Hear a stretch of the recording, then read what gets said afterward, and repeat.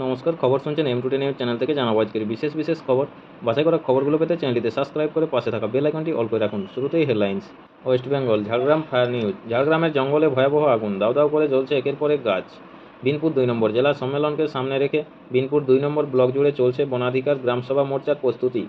West Bengal বাংলাদেশে জরুরি ব্যবস্থা প্রসঙ্গে বিরাট মন্তব্য সেনাপ্রধানের। ইউনূস কি গ্রেপ্তার হবেন? বিনপুর 1 নম্বর নিয়ন্ত্রণ হারিয়ে ধামরো মোড়ে জনবহুল এলাকায় দুর্ঘটনার কবলে একটি ধান বোঝাই ট্রাক, ঘটনাস্থলে লালগড় থানার পুলিশ। ওয়েস্ট বেঙ্গল পরিবেশকে দূষণমুক্ত এবং সুন্দর রাখতে মানুষকে সচেতন করার এক মজার উপায়। ওয়েস্ট বেঙ্গল পার্কিং বিদায় ঘিরে 2 মহিলার চুলোচুলির মাঝেই একজনকে ইটের ঘা। নয়াগ্রাম নেঘুই এলাকার পথ দুর্ঘটনায় আহত এক সাইকেল আরোহী। বিনপুর 2 নম্বর প্রাচীন রীতি রেওয়াজ মেনে গোহালবেড়িয়াতে হলো হাদিবঙ্গা পুজো ও খিচুড়ি প্রসাদ বিতরণ। ঝাড়গ্রাম শালবনীতে দলহাতির হানায় নষ্ট হলো 4 কাঠা জমির ফসল। ঝাড়গ্রামের ছন্দক নৃত্য সংস্থার বসন্ত উৎসবে সাংস্কৃতিক অনুষ্ঠানে উপচে পড়া ভিড়। উপস্থিত সভাধিপতি এসডিও। বিনপুর 1 নম্বর বিনপুরে শ্রীমদ্ ভাগবত প্রচলন সভায় ব্যাপক ভিড় পুণ্যার্থীদের।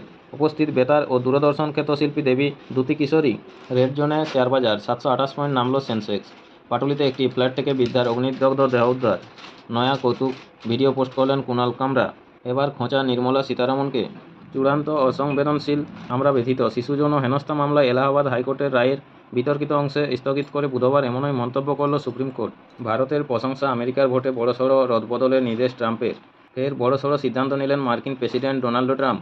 এবার দেশের নির্বাচনী ব্যবস্থা ঢেলে সাজাতে চলেছেন তিনি। স্থানীয় সময় মঙ্গলবার এই সংক্রান্ত এক্সিকিউটিভ অর্ডারে স্বাক্ষর করলেন তিনি। মহাদেব বেটিং অ্যাপ মামলা। 7 সকালে ছত্তিশগড়ের প্রাক্তন মুখ্যমন্ত্রীর বাড়িতে সিবিআই হানা। ইডির পরে এবার সিবিআই। ছত্তিশগড়ের প্রাক্তন মুখ্যমন্ত্রী ভূপেশ বাঘেলের বাসভবনে বুধবার 7 সকালে হানা কেন্দ্রীয় এজেন্সি। কেন্দ্রীয় স্বরাষ্ট্রমন্ত্রী অমিত শাহের বিরুদ্ধে স্বাধিকার ভঙ্গের নোটিশ কংগ্রেসের। ঝাড়গ্রামে বৈরার জঙ্গলে আগুন, আমার কণ্ঠস্বর করা হচ্ছে। লোকসভায় সবর রাহুল গান্ধী। সল্টলেক সেক্টর 5-এর বেআইনি কল সেন্টার থেকে উদ্ধার নগদ প্রায় 68 লক্ষ টাকা, একাধিক মোবাইল, কম্পিউটার সহ নানা সরঞ্জাম। ভয়াবহ দাবানলের গ্যাসে দক্ষিণ কোরিয়া, অনন্ত 18 জনের মৃত্যু। দেগঙ্গায় পঞ্চায়েত প্রধানের বাড়ির দরজায় মিষ্টির প্যাকেটে বোমা। লেকটাউনের দক্ষিণ দাঁড়িতে বেআইনি কল সেন্টারে হদিশ ধৃত 21। পানীয় জলের পাইপে ফাটল। উলুবেড়িয়া পুরসভা এলাকায় জল সরবরাহে বিঘ্ন। আমডাঙ্গার চণ্ডীগড় পঞ্চায়েতের হরিশ্চন্দ্রপুর এলাকায় ফাঁকা মাঠে এক মহিলার অর্ধদগ্ধ দেহ উদ্ধার। চাঞ্চল্য। বুধবার সকালে বহরমপুরের নিয়াল্লিশ পাড়া গোয়ালজান গ্রাম পঞ্চায়েতের বহড়া গ্রামে একটি বাড়িতে বোমা বিস্ফোরণে 2 শিশুসহ জখম 3। আতঙ্ক। আপনারা এতক্ষণ শুনলেন আজকের শিরোনাম। আসবো বিস্তারিত খবরে। প্রতিদিন নিয়মিত গুরুত্বপূর্ণ খবরগুলো শোনার জন্য আমাদের চ্যানেলটি সাবস্ক্রাইব করে রাখুন। ফিরে আসুক খবরে। নয়াদিল্লি। চূড়ান্ত অসংবেদনশীল, আমরা ব্যতীত। শিশু যৌন হেনস্থা মামলায় এলাহাবাদ হাইকোর্টের রায়ের বিতর্কিত অংশে স্থগিত করে বুধবার এমনই মন্তব্য করল সুপ্রিম কোর্ট। সম্প্রতি উত্তরপ্রদেশের কাশগঞ্জের একটি মামলার রায় এলাহাবাদ হাইকোর্টের বেঞ্চ মন্তব্য করেছিল যে কিশোরীর বক্ষ স্পর্শ করা ধর্ষণ বা ধর্ষণের চেষ্টা নয়, বরং একে যৌন হেনস্থা বলে উল্লেখ করা যেতে পারে। আদালতের এহেন মন্তব্য সমালোচনার ঝড় উঠেছিল। এই ইস্যুতে স্বতঃপ্রণোদিত হয়ে হস্তক্ষেপ করে সর্বোচ্চ আদালত বুধবার স্বতঃপ্রণোদিত সেই মামলার শুনানিতে বি.আর. গাভাই এবং বিচারপতি আগাস্টিন জর্জ মাসিহর ডিভিশন বেঞ্চ সাফ জানিয়ে দিয়েছে, যিনি এই রায় লিখেছেন তার মধ্যে সংবেদনশীলতার অভাব স্পষ্ট। এমন নয় যে সঙ্গে সঙ্গে এই রায় দেওয়া হয়েছে। 4 মাস রিজার্ভ রাখার পর চূড়ান্ত রায় ঘোষণা করা হয়। আমরা সাধারণত এই পর্যায়ে স্থগিতাদেশ দিতে ইতস্তত করি, কিন্তু রায়ের 21 ও 26 নম্বর প্যারাগ্রাফে চূড়ান্ত অমানবিকতার প্রতিফলন ঘটেছে। ফলে এই প্যারাগ্রাফগুলিতে যে মন্তব্য করা হয়েছে তা আমরা স্থগিত করে দিচ্ছি। এদিন মামলার শুনানিতে বিচারপতি গাভাইকে বলতে শোনা যায়, এটা একটা খুব গুরুতর বিষয়। বিচারপতির তরফে চূড়ান্ত অসংবেদনশীলতা প্রকাশ পেয়েছে এমন ক্ষেত্রে সমন পর্যন্ত পাঠানো যায়। তাদের সম্পর্কে এলাহাবাদ হাইকোর্টের বিচারপতিদের এমন কড়া শব্দ ব্যবহার করতে আমার খারাপই লাগছে। পরের খবরে আসবো। 26 মার্চ 2025 ফের বড়সড় সিদ্ধান্ত নিলেন মার্কিন প্রেসিডেন্ট ডোনাল্ড ট্রাম্প। এবার দেশের নির্বাচনী ব্যবস্থা ঢেলে সাজাতে চলেছেন তিনি। স্থানীয় সময় মঙ্গলবার এই সংক্রান্ত এক্সিকিউটিভ অর্ডারে স্বাক্ষর করলেন তিনি। ট্রাম্পের নয়া নির্দেশিকা অনুযায়ী এবার থেকে ভোটারদের বাধ্যতামূলকভাবে দেখতে হবে মার্কিন নাগরিকত্বের প্রমাণ। অমার্কিন নাগরিকদের ক্ষেত্রে সংকুচিত হচ্ছে আর্থিক অনুদান দেওয়ার পরিধি। এছাড়াও আসছে আরও কিছু পরিবর্তন। নির্বাচনী ব্যবস্থার সংস্কার প্রয়োজন কেন, তারও ব্যথা দিয়েছেন ট্রাম্প। তার দাবি, এতদিন ন্যূনতম প্রয়োজনীয় নির্বাচনী সুরক্ষা বিধি মানা হয়নি আমেরিকায়। আর এই প্রসঙ্গে টেনে আনেন ভারতসহ কয়েকটি দেশের প্রসঙ্গ। নির্বাচনী প্রক্রিয়ায় ভারত ও ব্রাজিল যা করে দেখিয়েছে, আমেরিকা এখনও তা পারেনি বলে মন্তব্য করেন তিনি। ডোনাল্ড ট্রাম্প বলেন, উন্নত আধুনিক দেশগুলিতে যেভাবে ভোট হয়, আমেরিকা তা করতে ব্যর্থ হয়েছে। উপেক্ষিত হয়েছে নির্বাচনী সুরক্ষার বিষয়টি। ভারত ও ব্রাজিলের মতো দেশে বায়োমেট্রিক ডেটাবেসের ভিত্তিতে ভোটার চিহ্নিতকরণের চেষ্টা চালাচ্ছে। সেখানে আমেরিকার মতো উন্নত দেশে মূলত এখনও সেলফ অ্যাটাস্টেশনের উপরেই ভরসা করা হয়। ট্রাম্পের নির্দেশের জেরে ফেডারেল ভোটার রেজিস্ট্রেশন ফর্মে সংশোধন হতে চলেছে, যার জেরে ভোটার তালিকায় নাম তোলার জন্য বাধ্যতামূলকভাবে নাগরিকত্বের নথি জমা দিতে হবে সেখানকার বাসিন্দাদের, যার মধ্যে আছে পাসপোর্ট, জন্ম শংসাপত্র ও ইত্যাদি। রায়পুর 26শে মার্চ। ইডির পরে এবার সিবিআই। ছত্তিশগড়ের প্রাক্তন মুখ্যমন্ত্রী ভূপেশ বাঘেলের বাসভবনে বুধবার 7 সকালে হানা কেন্দ্রীয় এজেন্সির। এদিন বর্ষিয়ান এই কংগ্রেসের নেতার রায়পুর ও ভিলাইয়ের বাসভবনে একযোগে হাজির হয়েছেন সিবিআই আধিকারিকরা। শেষ খবর পাওয়া পর্যন্ত চলছে তল্লাশি। মহাদেব বেটিং অ্যাপ মামলায় এই তল্লাশি বলে জানা গিয়েছে। এআইসিসির বৈঠকে যোগ দেওয়ার জন্য আজই দিল্লিতে যাওয়ার কথা ছিল বাঘেলের। এর ঠিক আগে তার দুটি শহরে বাসভবনে উপস্থিত হন তদন্তকারী সংস্থার আধিকারিকরা। এই বিষয়ে প্রাক্তন মুখ্যমন্ত্রীর দপ্তর থেকে এক স্যান্ডেলে জানানো হয়েছে, এবার সিবিআই এলো।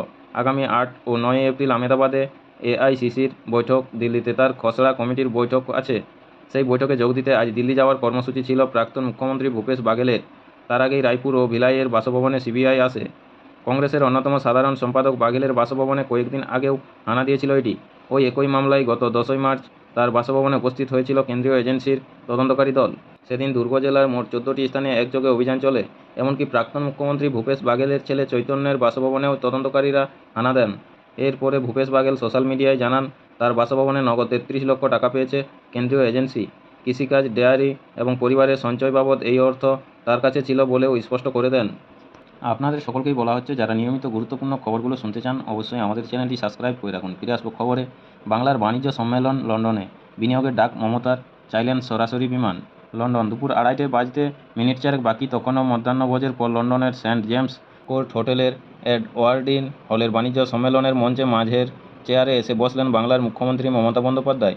সাদা শাড়ির ওপর সাদা ফুল স্লিভ সোয়েটার, সঙ্গে সাদা হাফ জ্যাকেট, গলায় নীল সাদা শাল। ডান দিকে মুখ্যসচিব মনোজ পন্থ আর বাঁ দিকে ভারতীয় হাইকমিশনার বিক্রম দোরাইস্বামী। পিছনের নীল হোর্ডিংয়ে বড় বড় হরফে লেখা অপরচুনিটিজ ইন ওয়েস্ট বেঙ্গল। সেই বার্তায় ধ্বনিত হলো সম্মেলনের প্রতিষ্ঠা মুহূর্তে। মঙ্গলবারের বাণিজ্য সম্মেলন যৌথভাবে আয়োজন করেছিল ফিকি, WBIDC এবং UKIBC। বৈঠক শুরুর আগে লর্ড স্বরাজ পালের সঙ্গে দেখা করেন বাংলার মুখ্যমন্ত্রী। আমন্ত্রিত শিল্পপতিদের সঙ্গে বার্তা বিনিময় করতে গিয়ে মমতা প্রথমেই বলেন, আমি ব্রিটেনকে ভালোবাসি। পশ্চিমবঙ্গ নিয়ে আপনাদের আগ্রহ দেখে আমি সত্যিই আপ্লুত।